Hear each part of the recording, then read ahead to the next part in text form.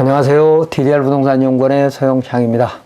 이번 시간에는 국유인 마을길이 끊어지고 사유인 도로가 생겼습니다. 근데 이게 사용락이 필요한지 여부죠.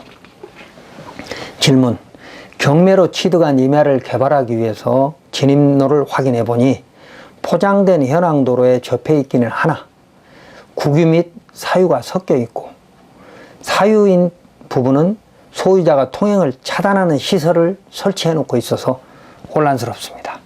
이 도로가 유일한 통행로인데 해결 방안은 무엇인가요? 답변: 임야를 전용하기 위해서는 진입로가 확보되어야 합니다. 산지 전용을 통해서 목적 사업을 하려면 말이죠. 노폭은 일정하지 않지만 지목이 도로인 국유지가 없어지고 대체도로가 개설돼서 두 채의 단독주택이 이 현황도로로 허가되었다면 이 도로는 공로일 가능성이 높으므로 다음과 같이 확인해야 할 것입니다. 첫째, 개발하는 임야의 용도지역 및 개발 허가에 따른 행위 제한을 확인해야 합니다.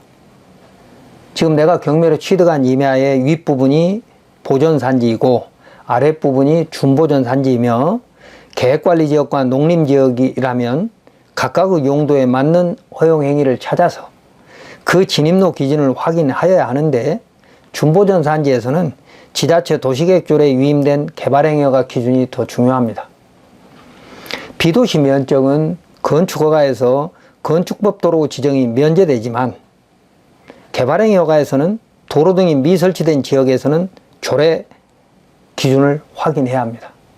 조례로 위임되어 있으니까 말이죠.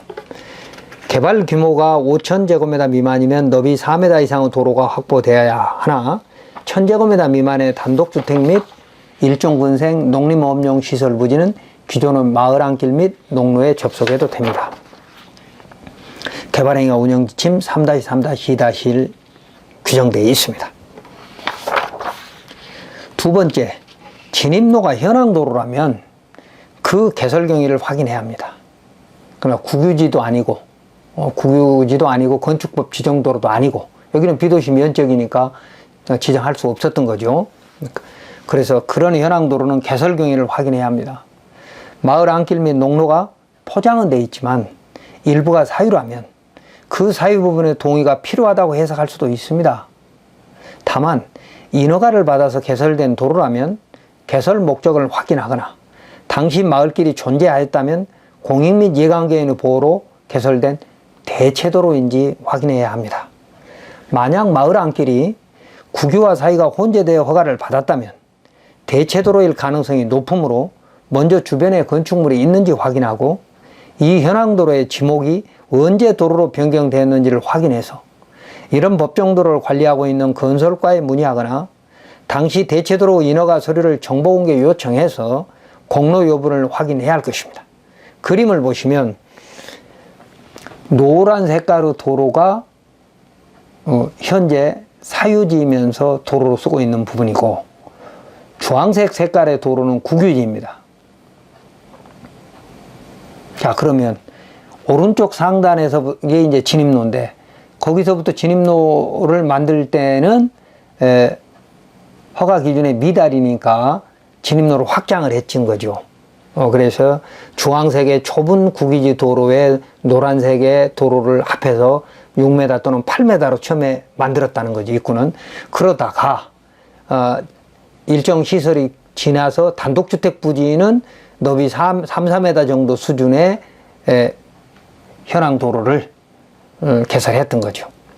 자, 그러면서 왼쪽에 있는 주황색의 국유 도로는 사실상 폐도가 되어 있습니다. 그래서 왼쪽 밑에는, 제일 밑에 쪽에는 단독주택 두 채가 허가되어 있는 겁니다. 그러니까 입구 쪽은 큰 건물을 짓기 위해서 6m 또는 8m 도로를 확보했고, 밑에 즉 안쪽에는 단독주택 두 채를 최근에 허가를 받았습니다. 그 진입로로 3-4m의 도로를 만들었던 거죠. 그렇다면 이 도로는 놔뒀을 수 있고 허가 기준에도 맞다고 볼 수 있다는 겁니다. 자, 그래서 세 번째, 이 사유인 현황도로 소유자의 배타적 사용 소유권의 포기 또는 제한 여부를 확인해야 할 겁니다. 만약 이 현황도로가 선행 건축허가 또는 주변의 허가에서 비도시 면적이라서 건축법 도로로 지정은 하지 못했지만 스스로 공로로 제공하였거나 대체 도로로 개설하였다면 이 현황 도로는 소유자의 배타적 사용 수익권이 포기 또는 행사가 제한된 것입니다. 또한 국유인 도로를 확장하거나 편리한 사용을 위해서 대체 도로를 만들었다면 일반 공중의 통로인 공로가 된 것이므로 이런 도로는 소유자라도 막을 수 없습니다. 그러니까 맨 앞에 보셨던 설치, 바리케이트 같은 걸 설치해 놓은 것은 불법일 수도 있다는 겁니다. 그리고 이런 현황 도로를 막으면 민법의 불법 행위가 되고 권리 남용이 될 수 있고 또 형법의 육로가 돼서 일반교통 방해죄에 해당될 수도 있다는 겁니다. 대법원 판례 하나 읽어보겠습니다. 어떤 토지가 그 개설 경위를 불문하고 일반 공중 통행에 공용되는 도로 즉 공로가 되면 그 부지의 소유권 행사는 제약을 받게 되며 이는 소유자가 수인해야 하는 재산권의 사회적 제약에 해당한다. 따라서 공로 부지의 소유자가 이를 점유 관리하는 지방자치단을 상대로 공로로 제공된 도로 철거, 점유 이전 또는 통행 금지를 청구하는 것은 법 질서상 원칙적으로 허용될 수 없는 권리 남용으로 봐야 한다. 또 그리고 일반교통 방해죄에 해당할 수 있다라고 이 대부분의 판례에서 얘기하고 있습니다. 그러니까 개설 경위를 불문하고 허가를 받았든 안 받았든 얼마가 오래됐든 따질 것 없이 이미 일반 공중 통행로로 공용되는 도로라면 이 현황도로 소유자는 재산권의 사회적 제약을 받게 된다는 거죠. 그러니까 두 채의 건축 허가도 있었고 또 기존에 그 안에서 농사를 짓던 사람들의 농로로 사용되고 있었으며 그래서 두 채 허가를 받으면서 이건 진입로로 대체도로 성격으로 만든 것이기 때문에 이건 공로로 일반 공중 통행로로 봐야 된다는 것이죠. 그래서 일반 공중 통행로가 되면 배타적 사용 수익권의 포기 또는 행사가 제한되는 것이기 때문에 사용 승낙이 필요 없다고 해석되어야 한다는 겁니다. 네 번째, 그렇다면 내 통행권도 확인해 봐야 되겠죠. 현황도로 소유자로부터 사용락을 얻지 못했더라도 이미 불특정 다수인이 자유롭게 통행할 수 있는 공로가 되었다면 원칙적으로 소유자의 동의가 필요 없는 것이므로 지자체도 사용락을 요구하면 안 됩니다. 그런데 지자체는 소유자가 부당이득 반환을 요구할까봐 사용락을 요구하기도 합니다. 만약 지자체가 사용락을 요구하면 민원처리법의 고충민원으로 해결하거나 허가 신청을 불허하면 불허 취소 소송으로 대응하거나 소유자를 상대로 민법 219조의 주의토지 통행권 확인 소송을 할 수밖에 없을 것입니다. 민법 219조의 통행권은 유일한 통행로이어야 하고 또는 과다한 비용이 들어가는 경우에 인정받을 수 있고 또 양보하는 사람의 피해가 최소화돼야 되고 또 그리고 현재 토지 용법대로만 양보할 수 하는 거, 또 양보 받을 수 있는 것이기 때문에 그런 어떤 제한은 있습니다만 이 준보전산지에 대형 임야 하단부의 준보전산지에 주택 하나를 허가를 받는 데는 주의토지 통행권은 충분하다고 보고 이미 대체도로 성격의 사유인 도로가 있기 때문에 그 사용 승낙이 꼭 필요하다라고 하면 소유자를 상대로 주의토지 통행권 소송을 통해서 진입로 확보가 충분할 걸로 보입니다.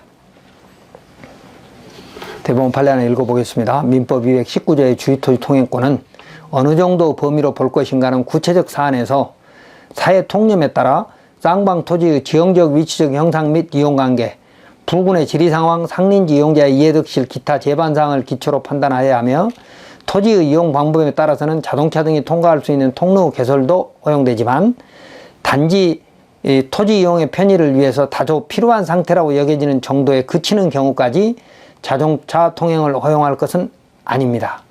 다섯 번째, 허가권자의 재량권을 확인해 볼 필요가 있는 거죠. 재량권. 그러니까 첫 번째는 여기서 허용되는 행위 제한과 그리고 진입로의 개설 경위, 그리고 진입로 소유자의 배타적 사용권 제한, 그리고 내 통행권 확인, 마지막으로 이제 허가권자의 재량권을 확인해 봐야죠. 비도시 면적에서 현황도로로 허가가 신청된 경우 허가권자는 소유자의 동의 여부를 판단함에 있어 사적자치 영역이라면서 빠질 게 아니라 이 현황도로가 허가를 받아 개설된 도로라면 선행허가 서류를 검토해서 소유자의 배타적 사용 수익권의 포기 또는 제한 여부를 정확히 판단해야 할 겁니다. 또한 허가 신청자는 비도시 면적의 임야를 전용하여 건축행위를 하려면 건축허가나 신고, 그리고 개발행위 허가, 또 산지조정 허가나 신고, 기타 허가 등을 의제받아야 되는데 이 허가 기준을 건축가가 또는 허가과가 잘 취업할 수 있도록 일단 허가 또는 신고를 신청하거나 사전에 허가를 위한 각 실과의 협의를 진행하면서 하나씩 풀어가야 할 겁니다. 그러니까 건축가에 가서 허가가 됩니까 안 됩니까 이렇게 물어보는 것은 우물가에 숭늉 찾는 격이 될 수도 있다는 겁니다. 판례 하나 보겠습니다. 원소유자의 독점적 배타적 사용수익권의 행사가 제한되는 토지의 소유권을 경매, 매매, 대물 변제 등에 의해서 특정 승계한 자는 특별한 사정이 없는 한 그와 같은 사용수익의 제한이라는 부담이 있다는 사정을 용인하거나 적어도 그러한 사정이 있음을 알고서 그 토지의 소유권을 취득하였다고 봄이 타당하므로 그러한 특정 승계인은 그 토지 부분에 대해서 독점적이고 배타적인 사용수익권을 행사할 수 없다. 그러니까 이제 이미 제한됐다라고 하는 것이 지금 중요하죠. 원소유자의 제한. 그것을 승계받은 사람은 외관상 그런 것들이 도로로 쓰고 있다는 것이 알 수 있었다면 그걸 용인하거나 알고서 취득했다고 보기 때문에 배타적 사용수익권 행사할 수 없다는 것이죠. 즉 부당이득 반환도 안 되고 또 토지 인도, 그러니까 통행을 방해할 수 없다 이 말입니다. 이번 시간 정리하면 비도시 면적의 토지를 경매로 취득하면 이웃 주민들이나 허가청 등도 사유인 현황도로 소유자의 배타적 사용수익권의 포기 또는 제한에 대해서 민감하게 반응할 겁니다. 이때 이웃 주민과 허가청의 입장을 지금 신청자도 이해하면서 담당 공무원을 편하게 해줄 필요가 있습니다. 그림을 보시면 이 노란색의 밑에 있는 노란색의 두 필지는 단독주택 허가를 받은 겁니다. 그리고 윗부분에 있는 노란색은 진입로가 개설된 것이고요.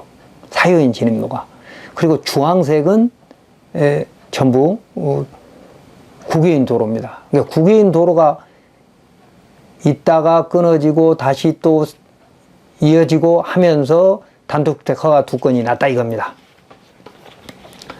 허가청은 허가 관련 공법을 공정하게 재량적으로 집행하는 곳이지만 현황도로 소유자의 배타적 사용수익권의 포기 또는 행사의 제한은 민사사안이므로 공법에 규정되어 있지 않고 대부분은 판례 법리에 대한 이해도 쉽지 않아서 판단하기 어려울 겁니다. 그러므로 주민들이 억지 요구를 하지 않도록 잘 설명하거나 담당 공무원 또는 상급자의 무리한 해석에는 민원처리법의 고충 민원을 제기해서 허가 관련 여러 부서의 종합적 의견을 내가 모을 필요가 있고, 이때 불합리한 판단은 대법원 판례로 설득하거나 안되면 부동산 전문 변호사의 도움을 받아서 소송을 통해서 해결할 수밖에 없을 것입니다. 대법원 판례 하나 읽어보겠습니다. 재량행위에 대한 사법심사는 행정청의 공익판단에 관한 재량의 여지를 감안하여 원칙적으로 재량권의 일탈이나 남용이 있는지 여부만을 대상으로 하는데 그 판단 기준은 사실 오인과 비례평등 원칙 위반 여부 등이 됩니다. 이러한 재량권 일탈 남용에 관해서는 그 행정행위 효력을 다투는 사람이 주장, 증명, 책임을 부담한다 라고 대법원이 해석하기 때문에 허가권자의 재량권도 막강해 보이지만 충분히 이런 경우에는 충분히 내 권리도 주장해서 허가받을 수 있을 것이고, 또 재량권 일탈 남용이라고 하는 주장은 내가 해야 되는 것이므로 부동산 전문 변호사를 통해서 해결해야 할 것입니다.